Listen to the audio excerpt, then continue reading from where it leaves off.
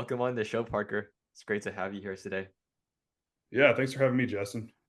Yeah, I think a lot of people find your story really inspirational. You came from a janitor background and now you're running, multiple businesses, making a living online in social media and content creation. And one word that you focus a lot on is, storytelling. And I feel like a lot of people, when they think about the word storytelling, they often think, fantasy novels, fiction books, and they don't really apply it to, the world of business or content creation. So could you kind of briefly go through like your backstory on how you came across storytelling and kind of how you see storytelling to be applied in these domains that people might not expect it to apply?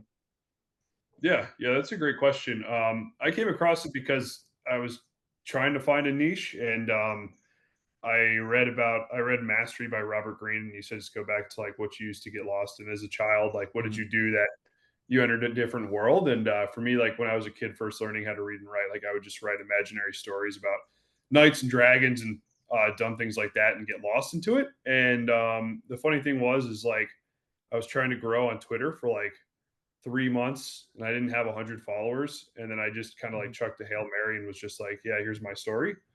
And it went viral overnight. And then so I thought, like, hey, there's something here. Mhm. And, to answer your question, yeah, I think like when people think of storytelling, they think of Hollywood and fiction books, but it's like a very powerful marketing tool.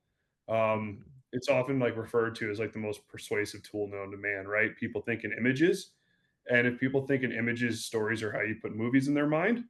And so, like, if you can tell it right, you can get attention, you can persuade, and you can do a lot of things. So, I think based on marketing, it's a very, very powerful skill set that kind of laps into everything: communication, copywriting, sales pages, marketing, advertising, everything like that. Yeah, and I feel like when people when get into the word of storytelling, it's like they don't really know what to talk about. They think like they don't have stories to tell. And you kind of wrote down like through your blog posts and your what you post on Twitter is that there are stories that you can tell. So could you kind of go over like the basic principles or pillars that are a foundation to a great story? Yeah, like any great story, like a lot of people make the mistake of like, I had a community where I would view and edit people's content and their emails, Yeah. and like everyone would think they'd have to have a long life story, and that's not necessary. Like you can literally tell it Mm. in a sentence. Like Ernest Hemingway wrote, baby shoes for sale, never worn. Right, that's a 6 word story that's got a big emotional impact, Mhm. and it's something that he uses called iceberg theory. But basically, like all you need is a problem and a solution. And like, you look at a lot of like marketing slogans that are really good. It's like 1,000 songs in your pocket. That's a story, right? And it's like Mhm. addressing the Yeah. problem at the time. Like CDs, you can only have 15 songs on them. And then like if you're putting a CD in your pocket, it's like a frisbee, right? So it's like you can't put a dinner plate frisbee in your pocket. So like by saying that, it's really just bringing like an entirely new solution, and it's not even mentioning the product. It's not saying the iPod. It's 1,000 songs in your pocket. So it's like here's a solution to these two big problems that you have. And so like really that's the common element. But like when it's Mm. really powerful is like when you use like the iceberg theory that Ernest Hemingway used. Like he used to do a lot of news reports. That was when he first started writing. But back in the day, like when articles were in print, he would have to cover new news events. And it wasn't like today where you can like go on Twitter and be like, oh man, these things are happening in this country. There's an election and you can see what everyone's saying. Like he had minimal information. So what he did is like pack as much of a problem and like a possible solution in as few words as possible.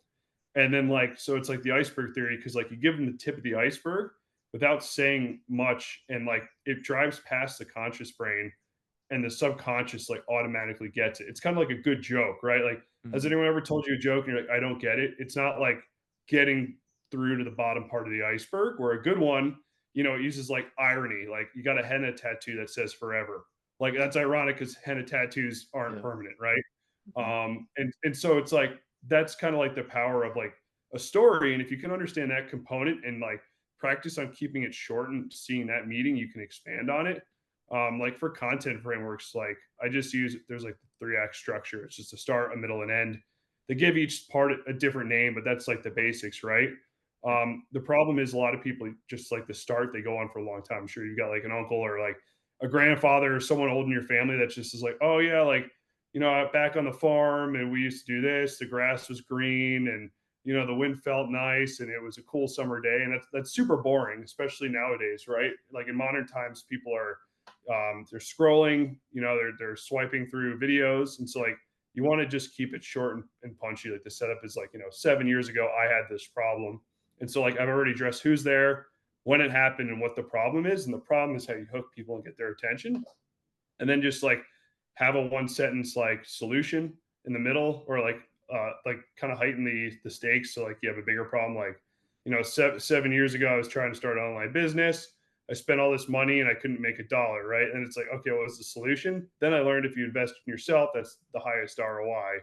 Mm. And then so like basically that's all you need. And then as you kind of start to get those components down, you can kind of expand. But like the secret sauce is conflict. So like humans are wired to detect conflict, right? Like when we're cavemen, um, if something moved in the bushes, maybe it's a bear going to attack your tribe. And so like people are like wired to pay attention. Like if I'm looking outside right now and everything's still, but something starts moving, it's going to immediately grab and hold my attention because it's a problem, it's a potential threat. And so like when you talk about struggles or conflicts, like you can just keep reading and reading. Like I'm reading about Willia Tecumseh Sherman and his life. He was like a Civil War general, and he's famous for Mm. like his accolades in the Civil War. But like the first like 45 years of his life are like complete failure. And I like it's like not the most vividly written book, but like it's just Yeah. like so much failure and conflict like in Hmm. the first 18 chapters that you can kind of just keep shredding through. It's like, okay, well, I know it happens, but man, like his life sucked for a long time. Like this is interesting what Mm. lessons can I pull out of it. So Yeah, and it seems like, a lot of the conflicts that we introduce have some sort of emotions that are kind of behind it, driving it all. So how can someone, take more of like a bland, maybe simple problem solution story and actually inject it with some emotional message that really maybe captivates the audience a bit more? yeah, so like what's really good is like a relatable situation or relatable problem, right? Like, Hmm. and a lot of it comes down to kind of market research. So I spend a lot of time building a swipe file of like problems. Like I'll ask questions online and see what people's problems are with things, and I'll save the responses. I'll go to like Reddit forums. I'll go to like YouTube comments and certain videos, like, and just basically find as many problems as I can. And then I'm lucky enough, I have a big enough newsletter now where I survey my Hmm. list Yeah. every 3 months or so and just see what like what's your biggest problem? What are the emotions that you feel when you experience this problem? If I could wave a magic wand and erase this problem, how would it feel? And now like I'm getting hundreds of people telling me their problems, and I've got this unlimited bank of problems, right? And it's like, how do you provide value? It's a solution to a problem. It's that simple. But to get to your point, to like add the emotion, like everyone talks about show don't tell, but it's funny, like they don't tell you how to do it, or show you how. But basically, like instead of saying like I felt embarrassed, like embarrassment is a very powerful emotion. It's very specific, Mm. right? Like I knew I was in trouble. Like that is a specific feeling that we've all been there, right? Like your parents told you not to get a cookie from the Yeah. cookie jar. You did it anyway. You know that feeling. And those are very specific feelings. And so like instead of saying like I felt like I was in trouble, you can go through and kind of find one thing I do is like I look at a picture of like you can go to Google Images and just search someone in trouble and see the gestures that they're making. Like, so when I said I felt like I was embarrassed, it's like I don't say, "Oh, I made this mistake. I felt so embarrassed." Like I made this mistake. My head sagged lower. My forehead met my palms, and I didn't know how to respond. Right, and it's like now I'm showing them. I'm not like I felt this Mm. way. It's like, and people are like, "Oh, okay." That's what happened to me. Like, and then you can kind of use hyperboles, which is like exaggeration. Like instead of saying I'm frustrated, like I clenched my fingers so hard they went through my palms, right? And that's like exaggerating the sense, but it's like, whoa, okay, that's intense. You must have been pissed Yeah. Yeah. off, right? So there's those kind of little tricks, like it. So like, and that's not something I do when I first write drafts. It's something I go back to, like I'll see where I wrote the emotion, and I'll have in like an editing phase where I leave the draft and I'll come back and I'll be like, okay, how can I pimp this out for lack of a better expression? But just like doing that kind of homework and piecing it together is kind of how you have an emotional undertone. Mm. Another one is like it's like emotions just a transfer of energy. It's like sales. It's like sales, writing, movies, content. Like how you feel when you're doing it is how people are going to feel. And so like if you're writing something that's literally making you tear up, like people are going to read it and they're going to feel that. Like I can't describe it, but that's how it works. And so like if you are writing a story about something like that, like really like, if it's something sad or that makes you feel emotional, like write it with like that lump in your throat, right? And people Mhm. people tend to feel that. Oh, that's like great observations.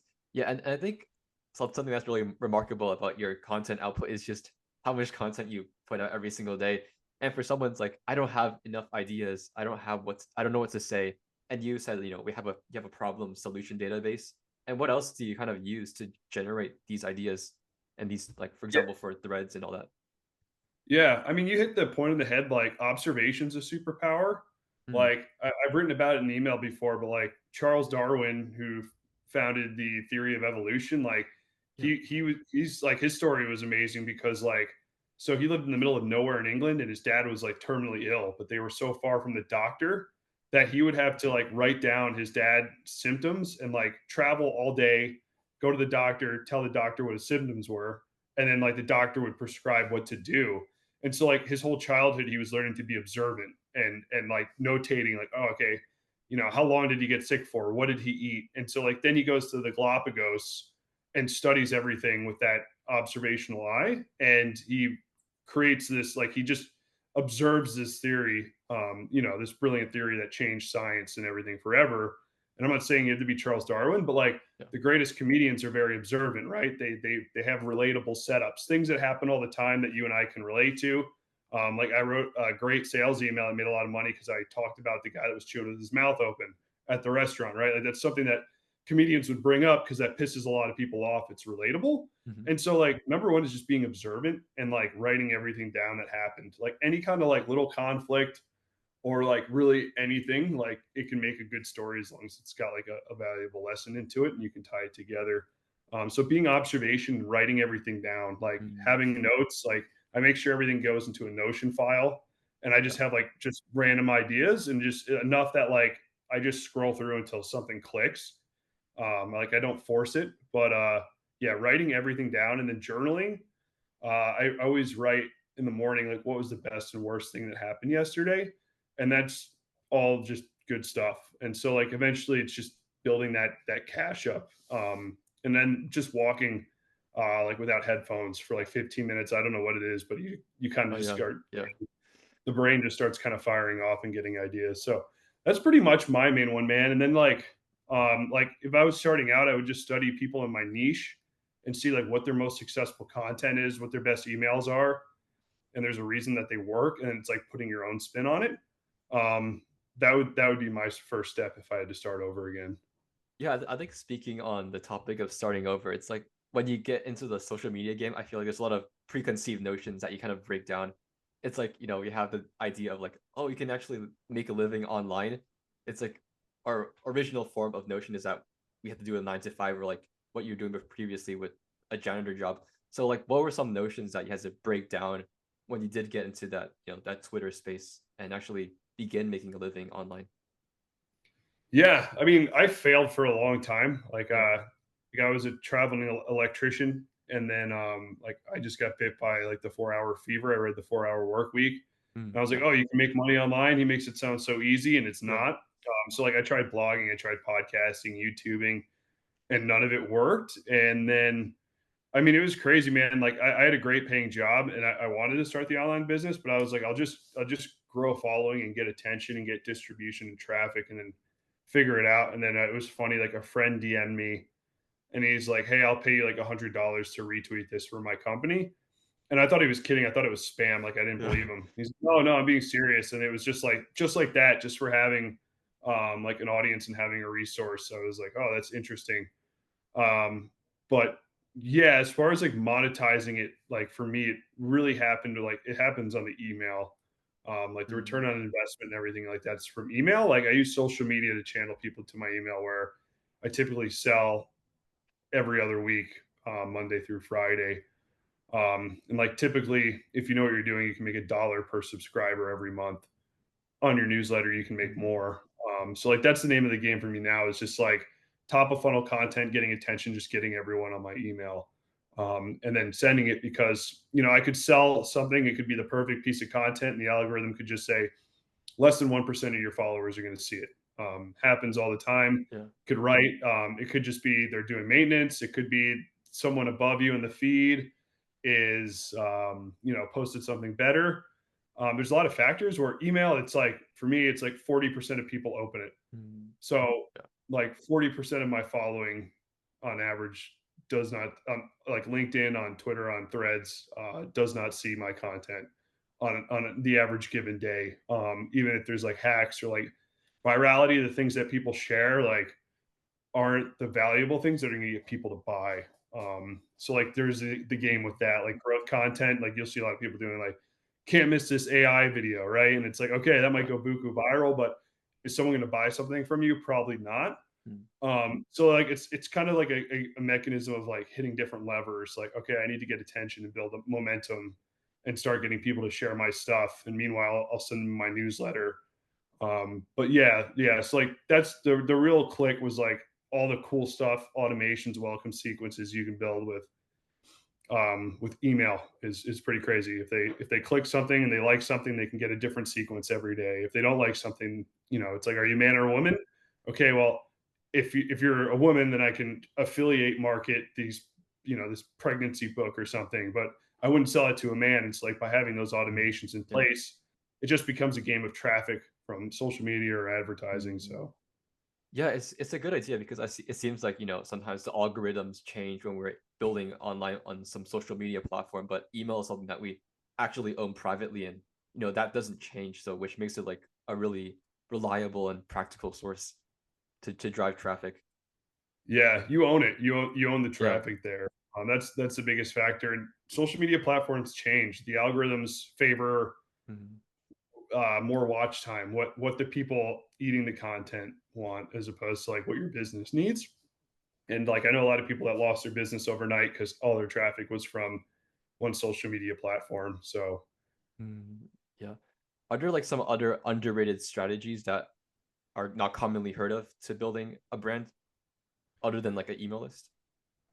yeah, I mean, like I kind of like I call this like it's like the social effect, and I think it's something that people really forget about. But it's like the relationships that you make. Like basically, my first year was just like meeting a ton of Yeah. friends and like DMing them, sharing each other's stuff, commenting on their stuff every day. And eventually it's like I call it the friend effect, right? Like you comment on one friend's things, they comment on yours, and then like you make a friend every day for like, 365 days. You've Yeah. got 365 people commenting on your stuff. And like, yeah, it'll get out of hand, but like when I launched my first product like via email and I let people know on social media, it did $20,000 in a week, and that's because like all of my friends promoted it. Like there wasn't like Mm, they're yeah. just along the way for the year talking to them, and they were sharing the stuff, they were hyping it. A lot of my friends bought it just to support me. um and so yeah, I think that's like a huge factor. It's just kind of like the friend effect. It's like don't think like I'm a big fan of Mark Manson. He's like one of the biggest mistakes is like Uh, we treat people as a means to an end. Like you'll meet a lot of people online, dude, that are transactional people. Like I mhm. have people that offer me something and they're like, "Hey, if I give you this, will you do this for me in return?" And it's like, yeah, I don't feel like being extorted. Yeah. Like I don't know, people don't realize there's other people on it, and so like just like reaching out to people and saying like, "Hey, I loved your post about XYZ. Like, I would love to know your goals. This is what I do. Like, let me know if I can help." And like, just give it time, and you meet enough people that way. Like, you get good people, and they'll share your stuff, they'll promote your stuff, and they'll help you out. And then like now you've got an incredible network after a year. So that's kind of what I did. And like, Mm, it's not sexy. It's not like this algorithm hack and like doing all this. But like, I think that's like the best way to grow.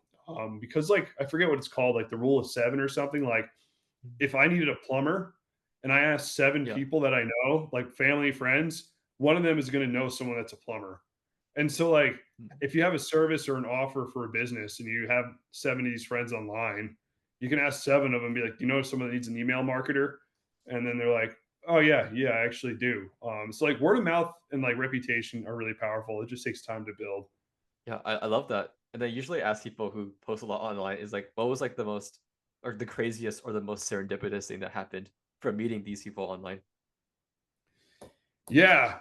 I mean, like there was a lot of like crazy weird stuff. Like, I mean, you just end up meeting like the big accounts when you're small, and that's always like a big needle mover. I remember Right. like Mhm. at first it's like they follow you, and then it's like, you know, you become friends with them, you get on free calls and then stuff like that. But I mean, for me, like recently, like one of my heroes is this guy, Derek Johansson. He's not on social media, but he's like one of the Mhm. best email marketers out there. Like, just makes millions of dollars sending daily emails. Really cool guy. And he founded Copy Hour, which like trained people like Sam Parr, who made like The Oh, Hustle and My First yeah, yeah. Million, like taught them how to write copy.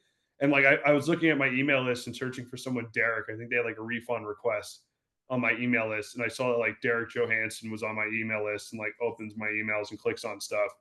And I was like, holy fuck, dude. Like that, he's like the Tom Brady. I was like, the goat's Yeah, like reading my emails. So like that was probably the biggest one recently. I was like, holy crap. yeah. But that stuff happens. Yeah, like it's just yeah, it happens more and more often to the point where it kind of becomes the norm. Mm.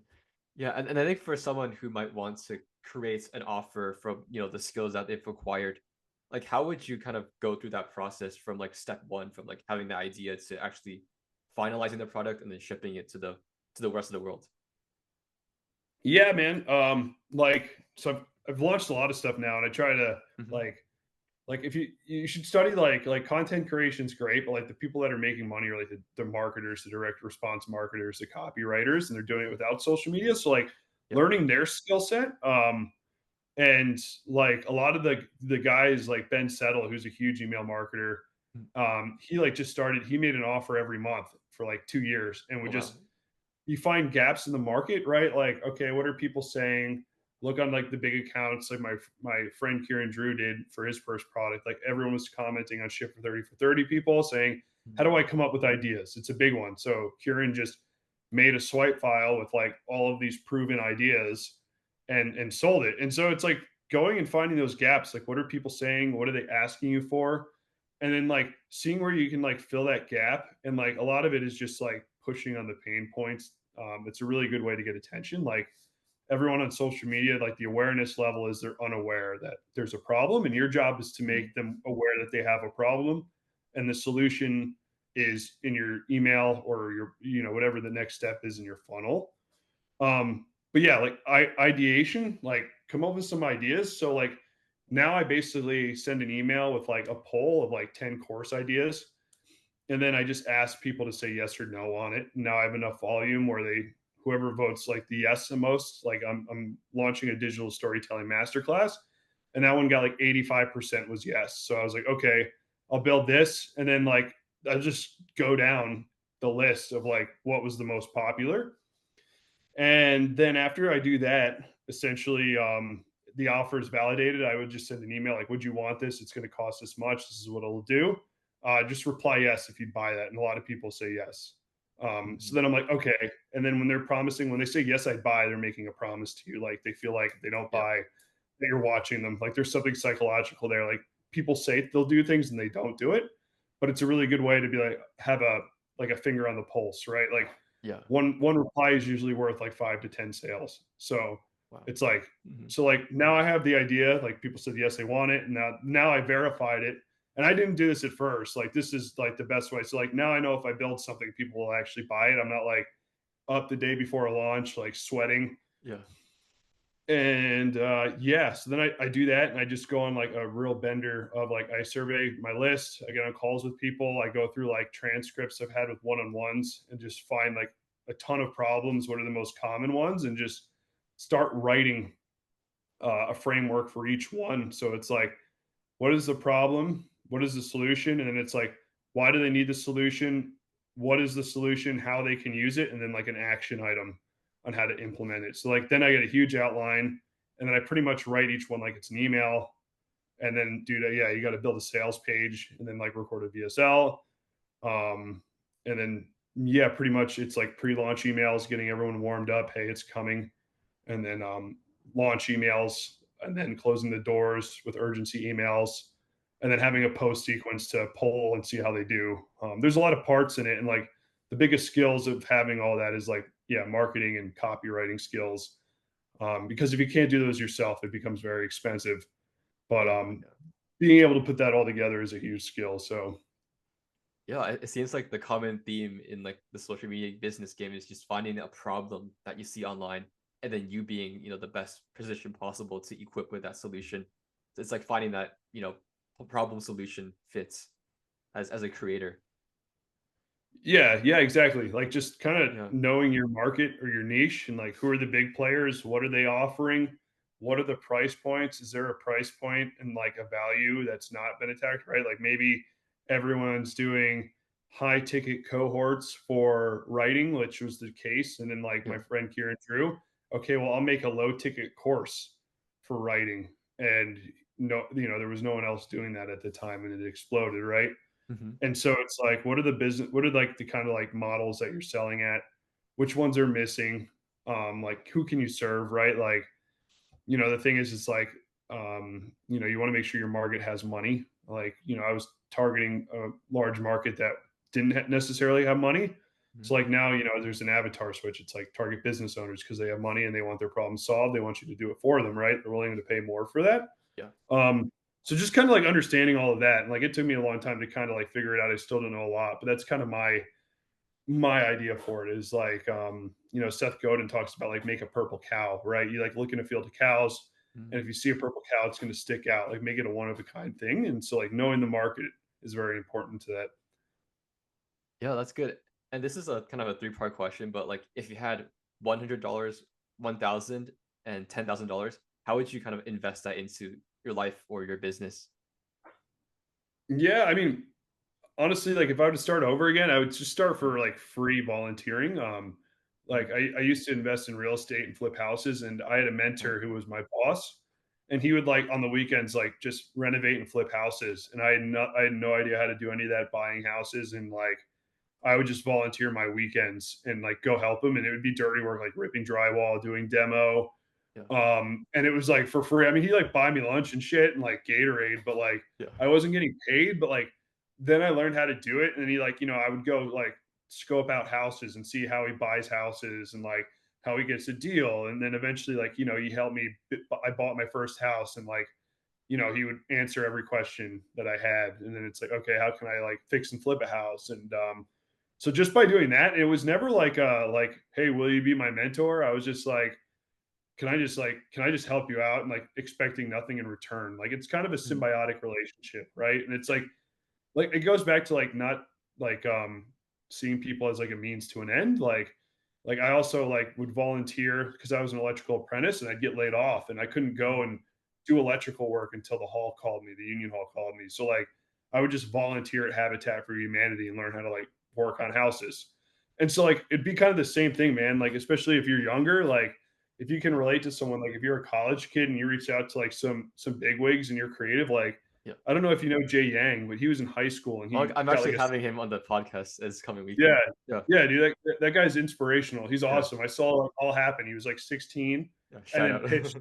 Yeah, yeah, and he pitched Noah Keegan and was like, "Hey, dude, I'm in high school, but like I made this content for you. Here it is." And like those guys admire that, and it's like just reaching out to them, but not in a way that's like sleazy, like like tell them your Sure. favorite episode, why you loved it. That quote you said about this was so funny, and this is what I'm trying to do. I already did the work for you. If you don't like it, no problem. I mean, kind of like you, like I had to reschedule, and you were polite about it, respecting people in their Mhm. time. But like if you did that every day, like it's kind of like I don't do it a lot, but for like clients, like I got a big client who has a supplement brand, and I buy Yeah. their supplements. I'm like, oh, I wonder if they have an email list. Went on their website, signed up for the email where I was supposed to get a discount coupon, and I never got an email follow up. And Oh. so, like, I sent a Loom video to the CEO. I found his email, and I was Yeah. just like, "Hey, dude, like, I love your supplements. I've got them right here. Like, I'm a diehard fan, and I'm an email marketer. Like, this is what I've done. And I just noticed that you guys don't have an email sequence. So, like, I wrote these emails for you for free. You can just plug them in, and you'll get more sales when people sign up for it. It's automated." And I was like, "If you don't like it, that's fine. Or like if you do, you can keep it. No expectations." And then like we ended up working out something, right? Like it's like Mm. just finding where they have a problem where you can add a lot of value and expect nothing in return. Just kind of like just be like, dude, I just love your stuff and I think this could help, right? Yeah. I love that idea so much. It's like you don't need anyone's permission to just offer that solution. Because sometimes I feel like we have to wait until, someone allows the green light, but we're the ones who kind of dictate when we want to offer that solution. Yeah. Yeah, man, and, Yeah. like, good things Mhm. like, the most successful people I know are, like, just relentless, Mm. like my mentor that like flipped houses, like he's just does not take no for an answer. Like yeah, my good friend Kieran Drew, dude, I mean, he struggled. I think it took him like a year to get to 1,000 followers, and now he's a millionaire writer, right? Yeah. Like, but they're all like just relentless and like know what they have to do every day and see the like the big picture. I know it sounds like cheesy and everyone says it, but Yeah. it's so true. Like I just find it out more and more every day. So And it seems like a common, parallel between a lot of these people is that they continually invent themselves. So how can someone, be more inclined to, step into that discomfort and, try to level up continuously in life? yeah, I mean, like, I think it's like big picture is just figuring out what you want. Like, I think there's so many Mm, people that don't even know what they want and just let like life drag them along and they just end up somewhere and like they study something that their family recommended and then they, get a job because it's the first one they got offered and they just kind of sit there and trying to figure it out. But it's um, like there's a great exercise and it's like, okay, write about your dream life. Like, what is your dream life 10 years from now? What are you doing? Like, if money wasn't a thing. And then it's like, okay, reverse engineers the steps to like get there. So, like, that's in 10 years.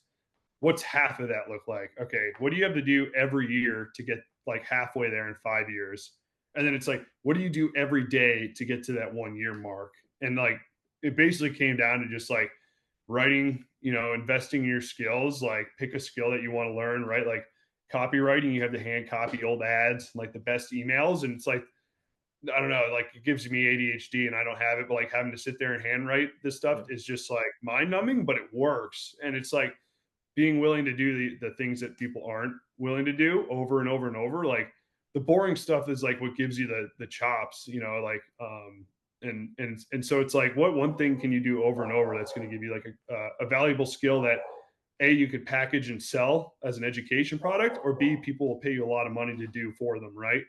Mm, um and so like a lot of that just comes down to like, what are businesses' biggest problems? What are like the big businesses that pay the most? What are their problems? And it's like usually getting leads or something like that, and just having the skill set to be like, hey, I can do this for you. Um, but yeah, like just knowing what you want, and then like what skill you're curious about that's in demand, right? Um, so yeah, that's what I would say. yeah, I guess for finding skills, whether that's in demand or something that's interested, would you kind of go for like that overlap, or would you rather pick, something that's just purely for usefulness, or something that's just purely you're interested in? Like, is there like which side of the spectrum you'd lean on? Yeah, I don't think there's a right or wrong answer. Like I just Yeah. know that like for me doing the online business was easy because I had a high paying job. Like I was running electrical construction, and so like Yeah. having that skill, like my mom has a friend that's a brilliant artist and she like recommends Mm, people like learn a trade or like get something that pays you and then learn to make money with your art. Cause I think like it goes back to like Arnold Schwarzenegger. Like he tried to get into Hollywood for years and he got rejected because he was like huge yeah. and had an Austrian accent, but he could keep going because he like had a millionaire like construction company. Yeah. So like his life was not on the line for like crappy acting gigs or like stupid stuff. Like he could relentlessly pursue the role and like still feed himself, right? And so like it depends like what your scenario is like, yeah, I had a great paying job and like I've got an electrician's license and a high voltage certificate. So like if this ever goes down, I'm not gonna go back because I made a pledge to myself, but like I could. But like Mm, in the meantime, I was like, all right, I can work 60 hours a week, 50 hours a week, and then like whatever extra time I have, I can learn to write. yeah. So like that's what worked for me. But if you're like starving artists, like just gonna give it your all, I think it depends on your personality and like Yeah. your perseverance, right? Like I don't think I could be like a broke like content creator for 2 years. Like I don't think I would have been able to do it. I would like just being like broke, but like having a job and doing it as like a side hustle really helped. Like it gave me like, oh, Mm, this is going to be bigger in the future than my job is, right? So yeah. That's really true. Now, can you tell me like the story on how you came from the U.S. to Brazil briefly? yeah, dude. I mean, Yeah. so I've been all over the place. I was an electrician. I worked on embassies. Oh, okay. So it was cool. I went to like a lot of war zones. I spent a lot of time in like Africa. Mhm. And so in 2017, I ended up coming to Brazil and I fell in love with it. Just like the weather, the people here are just so, I don't know. It's always controversial when I talk about it because everything's like political nowadays, but like Uh, the people here are just a lot warmer. Like there's a stronger sense of community. Like I would just go to a bar and I would meet people and they'd be like, "Why are you drinking by yourself?" Like, and I just meet like 20 people, and then like yeah. on Sunday they let me go meet their families and have barbecue. I really like the sense of community here. Mhm. People are like warm, and the weather's great. So like I would come here in between construction jobs. I mean, it was a great gig because like I could basically work a contract for 3 to 6 months, like work every day if I wanted to, and then like save up a bunch of money and then just leave work and go back whenever I wanted to, find a job somewhere else. And so like that's kind of what I would do. I like in between embassy jobs, I would just be like, okay, I'll go to Thailand. But yeah, I just loved it here. The cost of like when I quit my job and I went all in on the business, like I came here, the cost of living is a lot less. Yeah. The weather's nice, and then Yeah. like yeah, that was pretty much it. Like I had friends here already, so I was like, okay, I think that's a good spot to make the jump. Yeah, that's awesome. And I think you said in another podcast on the importance and the benefits of traveling. So could you kind of go over that and just how traveling can just change the way you see the world? Yeah, yeah, absolutely, man. I mean, Yeah. like I feel like it depends. Like where I come from, it's a small town, and I feel like a lot of Mm, people in America never leave their small town, their hometown. I know it's yeah. like that for a lot of people in the world, Yeah. and you start to get this view of like how the world works because you've never experienced it anywhere else, and like I feel like your beliefs kind of get molded around that reality, and so like by just breaking it, and seeing like I don't know. There's like so many times I believed something and I was just proven wrong by like meeting strangers in a different place. And there's something so stimulating about like I call it travel shock, but like going to a new Uh, country, like people look different, the air smells different, it feels different, right? It's like more humid. The cars look different. There's different yeah. types of cars. The food tastes different. People are speaking a different language. It's like a sensory overload, right? And so like um yeah, it's incredible, and just, like, meeting other people and seeing how, like, there's just kind people everywhere, but, yeah, like, I think everyone needs to experience that, and, like, getting like, for me, like, I wasn't very confident when I started, like, becoming an electrician and I started traveling, but, like, I would have to Mhm. go by myself and, like dude, like, Yeah. I'd be in, like, the Congo and they'd lose my luggage. I didn't speak, like, Oh, I think it's, like, French Creole there. Like, I had to, like, rely on myself and no one else to get out of these, like, really interesting situations. Like, obviously, I lived, like, I mean, I remember like in COVID, I was in Liberia and they flew our plane and wow. it got diverted to another country in Mm, Lomé, Togo, and we didn't have visas to enter the country and we got held by customs. Like, I don't know. There was just a lot of these things where it was like, no one's going to come to save you. Like, you just got to figure yeah. it out and be resourceful. And like every time I got out of it, like I just have this notch of confidence. And whenever I feel like a bad situation, like I have these moments where I'm like, is this as bad as that? Like Mhm. no, it's not. And so like just by having those experiences, like obviously don't go to jail or get stabbed or like do drugs or anything, but like go out Yeah. there and like kind of push your limits, go on like hikes with people that don't speak the same language, and I don't know, like um yeah, I think everyone needs to do that, and you Yeah. just kind of approach things like with an open mind. Like I'm not a political person or anything. Like I'm just a lot more open minded, and I could see how one person could believe something, someone else could believe something else. Yeah, and you become a better listener too, like more observant, like we were talking about before. You become way more observant of like the way the world works and similarities and differences between different places. Yeah, it seems like immersing yourselves in these experiences that just challenge your preconceived notions is just so powerful, and not just reinventing yourself, but just being just broadening your horizons in general. So I Mhm. think it's kind of speaking towards like I guess your early life. What were some like scripts that you grew up with that ended up being false as you got older? Yeah, I mean, there's probably a lot of them, man. Yeah. Like I don't know. Anytime I think like I cemented something and like it's always like this, it ends up getting proven false. I'm trying to think of one off the top of my head. That's a great question, but like you know, I don't know. It's just like I don't think anything's concrete. Like I can't think of a good Mm. one off the top of my head to be honest with you. So sorry I failed you as a guest No, no, there. no worries. That's a good question, but I think it's like all the time. Like it's all the time, and I'm just like I remember thinking once, it's like everything that we believe now scientifically will eventually be proven false. Like we look back on people in like the 1600s and the 1500s, are like, wow, how could they believe that, right? Like they had spontaneous, what is like spontaneous, not combustion. It was like they believed life would just create itself out of nowhere, right? Oh And like that yeah. was belief for the longest time, and it's like I've just kind of realized that like everything that we understand that like makes our reality is like one day going to be proven false, and like we just really Mhm. have no idea. Like there's the one quote, it's like the discovery of the charged electromagnetic spectrum like made us realize that what we can like before that, like what we could sense was all of reality, what a human could see, Yeah. touch, hear, smell. And then like they discovered the electromagnetic spectrum, and it's like, you know, there's frequencies that happen, like there's colors that exist that we can't sense, and it's like it basically made us realize that like what we perceive is less than a millionth of actual reality. It's Oh like wow. there's so many things happening that we can't even sense, right? And so like yeah, it's just I don't know. Like I have a hard Mhm. time having like a concrete idea. Like it's always like this. That's it's always going to be screwed up. It's just yeah, Yeah. I don't know. You kind of have to like.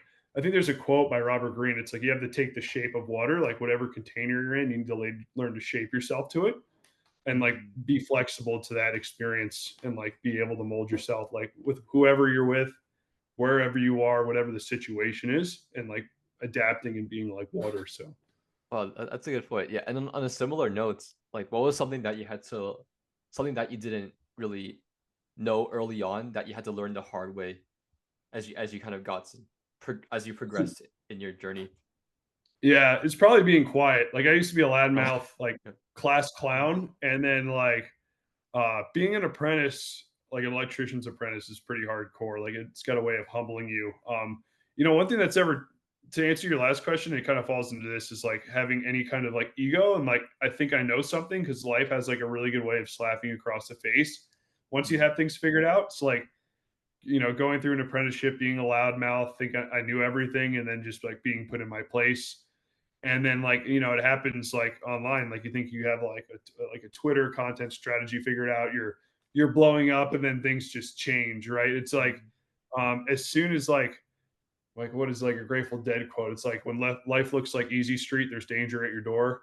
Mhm. And so it's like kind of be opening to that. Like, I mean, and it kind of falls into like I was getting really comfortable recently. Like business is pretty good. I didn't have to do much, but I wasn't hitting my goals. And so like I actually like kind of cannibalized some of the aspects of my business Mhm. last week. And like it makes me nervous. Like everything's fine, but like it's less money. And I know that doing this will make me invest more time in the things that have that scale with less time than the things that like do like having a bunch of client work.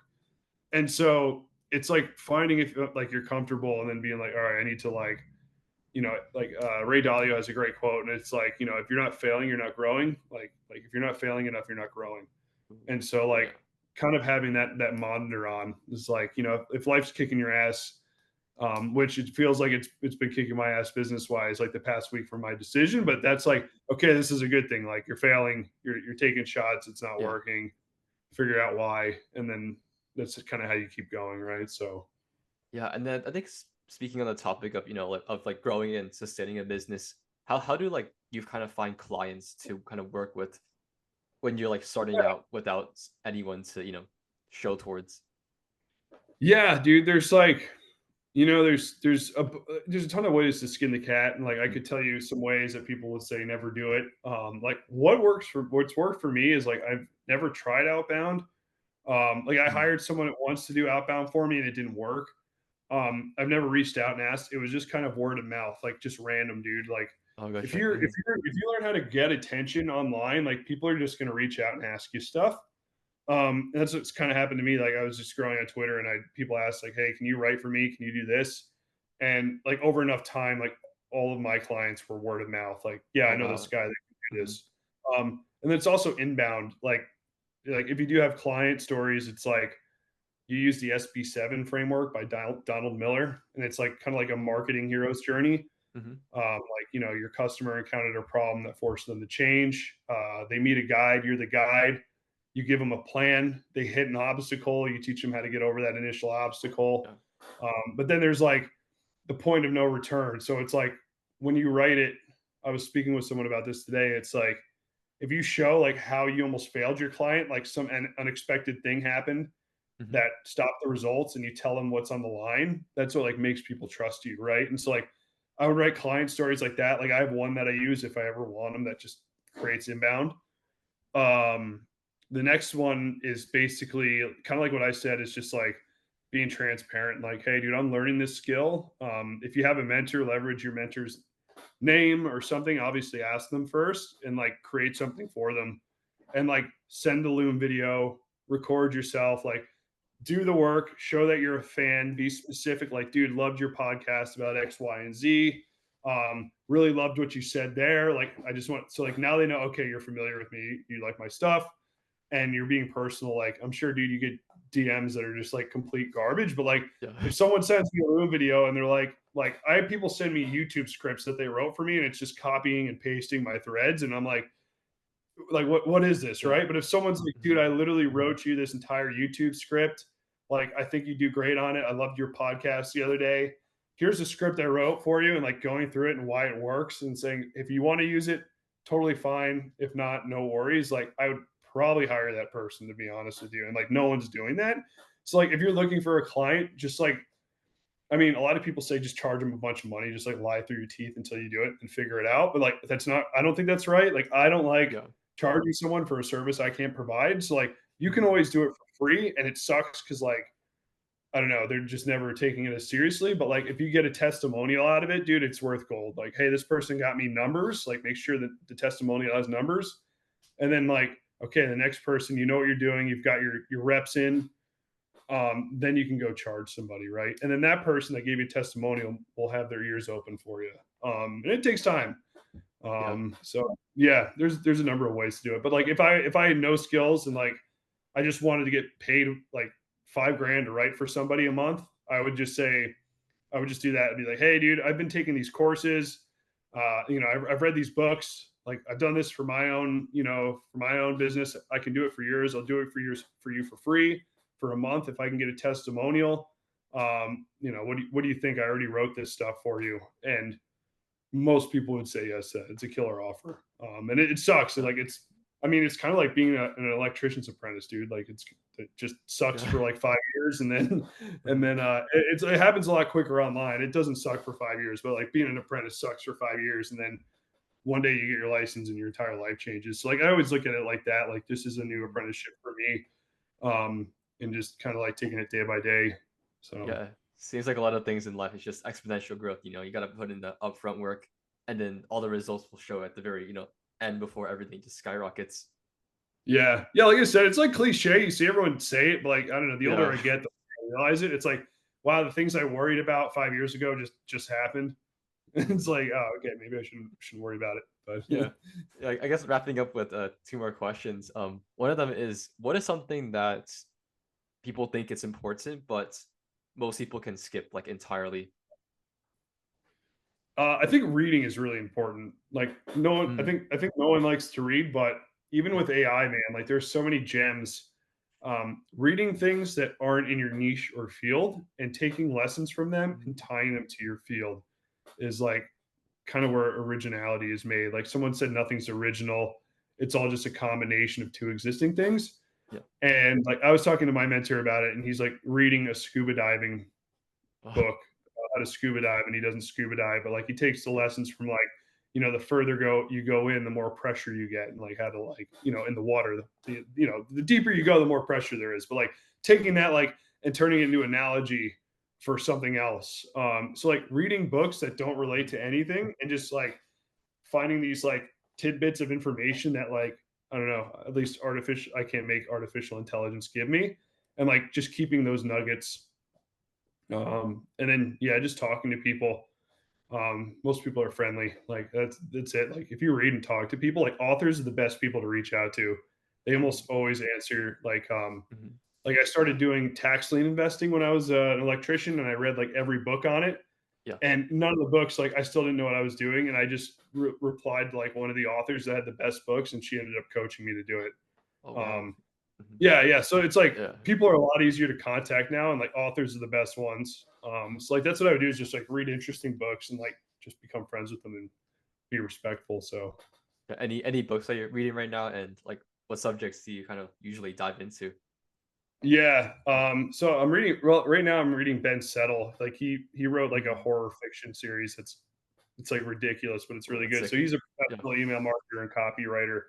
I'm reading that right now, and then like yeah, shredding through his books. I read some philosophy in the morning, and then reading like books about how to swim. Like I mean, I can Oh kind yeah. of swim, but Uh-huh. I don't know. Like I just want to know how like people swim better. But yeah, like random stuff, whatever you find is interesting. And then geez, I can't believe the poet so much. Charles Bukowski. I read a lot of his stuff. He's like a poet that writes like a copywriter. Like he's got a book called like Burning in Water, Drowning in Flame, and it's like a juxtaposition that's like one of the ultimate writing hacks is the title. Like he's like a dirty old man, like a poet from like the 70s and 60s, but like his writing's incredible. Like kind of like the iceberg theory stuff. Like says very little, and then like what's left unsaid is the powerful stuff, right? And so Mm. trying to take like bits and pieces from those realms, and then a joke writing book. Like I want to make my writing as entertaining as possible, like my emails. So like learning a lot of cool stuff in joke writing. So Yeah, love that. All right, let's finish with one last question. I always ask podcast guests, which is, what is one piece of advice you'd give to your 18-year-old self? my 8-year old self, 18, 18. Yeah. 18-year old, yeah, like probably stop committing crimes. No. uh, honestly, yeah, just like I think I was in college at that point, and just Hmm.